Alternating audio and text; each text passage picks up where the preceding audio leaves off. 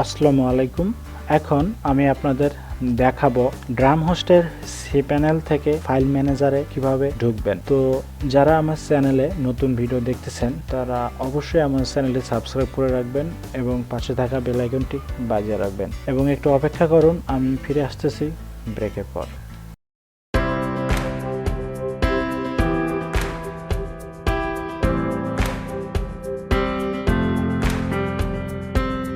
ফিরে আসলাম ব্রেকের পর। চলুন শুরু করা যাক। তো প্রথমত একটি ব্রাউজার ওপেন করলাম, দেন ব্রাউজার ওপেন করার পর উপরে গিয়ে সার্চ করলাম DreamHost.com। লিখার পর ইন্টারে ক্লিক করলাম। ক্লিক করার পর এইটা হলো DreamHost-এর ওয়েবসাইট। দেন এইখান থেকে জাস্ট লগ ইনের উপর একটা ক্লিক করলাম। লগ ইনের উপর ক্লিক করার পর আমার পাসওয়ার্ড এবং ইউজার নেম DreamHost-এর সব কিছুই সেভ করা আছে। দেন এই জন্য ওখানে ক্লিক করা মাত্রই, মানে লগ ইনে ক্লিক করা মাত্রই আমার ড্যাশবোর্ডে চলে আসলো। দেন এইখান থেকে জাস্ট এখানে লেফট সাইডে লেখা আছে ওয়েবসাইট। দেন ওয়েবসাইটের উপর একটা ক্লিক করলাম। ক্লিক করার পর আপনারা দুইভাবে আপনাদের ওই ফাইল ম্যানেজারে ঢুকতে পারবেন।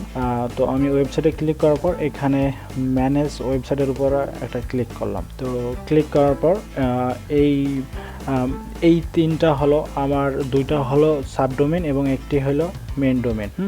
তো এখান থেকে জাস্ট আপনার এখানে ম্যানেজে আপনারা দেখবেন যে আগে কোন সাবডোমেনে বা ডিরেক্টরিতে আপনারা ঢুকতে চাচ্ছেন।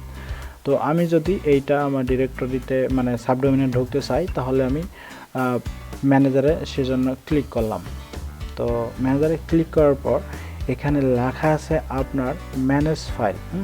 তো ম্যানেজ ফাইল থেকে জাস্ট আপনারা এই যে ম্যানেজ ফাইল, দেন এখানে রাইট সাইডে একটা বাটনের জায়গায় লেখা আছে ম্যানেজ, দেন এইটার উপর একটা ক্লিক করলাম। তো ক্লিক করার পর এই দেখেন এইটা হলো আমার ওই যে সাবডোমেনে ঢুকলাম, ওই সাবডোমেনের এইটা হলো ফাইল ম্যানেজার। তো আমি আমার সাবডোমেনে ক্লিক করলাম। তো ক্লিক করার পর এইখানে আমার যে এগুলো রয়েছে, দেন এইখানে আমার সবগুলা এখানে কিন্তু আমার ডাটাবেসগুলো থাকে। দেন WP content, WP admin, WP config.php, তারপর htxs। তো এটা একটা গেল, মানে এটা একটা স্টেপ গেল।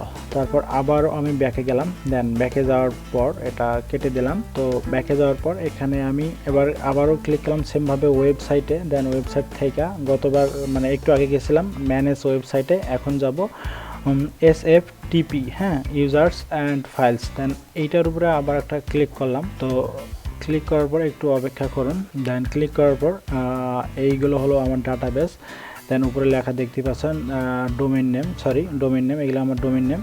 তারপর এইখান থেকে জাস্ট আপনারা আপনাদের কোন ডোমেইনের মানে আপনাদের কোন সাবডোমেইন বা সাব ডিরেক্টরিতে ঢুকতে চাচ্ছেন। তো আমি যদি এই যে 03 এইটা সাবডোমেইন আমি ঢুকতে চাই, সেহেতু আমি এই যে আইকনটা রয়েছে না, এই যে ফাইল ম্যানেজার, এই যে দেখতেই পাচ্ছেন লাইক এটা। তো জাস্ট আমি এই উপরটায় ঢুকবো, সেজন্য আমি এখানে একটা ক্লিক করলাম। তো ক্লিক করার পর দেখবেন ওই সেম জায়গায় আমি চলে গেলাম। দেন এখান থেকে জাস্ট এখানে আমার যে ডিরেক্টরিটা, দেন এইটার উপর একটা ক্লিক করলাম। তো ক্লিক করার পর এই দেখেন আবারও চলে এসেছে, এইটা হলো আমার DreamHost-এর ফাইল ম্যানেজার। তো আশা করি বুঝতে পারছেন যে কিভাবে আমি DreamHost থেকে আমার সি প্যানেলে গেলাম, দেন সি প্যানেল থেকে কিভাবে আমি ফাইল ম্যানেজারে ঢুকলাম। তো এতক্ষণ ভিডিওটি দেখার জন্য আপনাদের অসংখ্য ধন্যবাদ। সবাই ভালো থাকবেন, সুস্থ থাকবেন। আল্লাহ হাফিজ।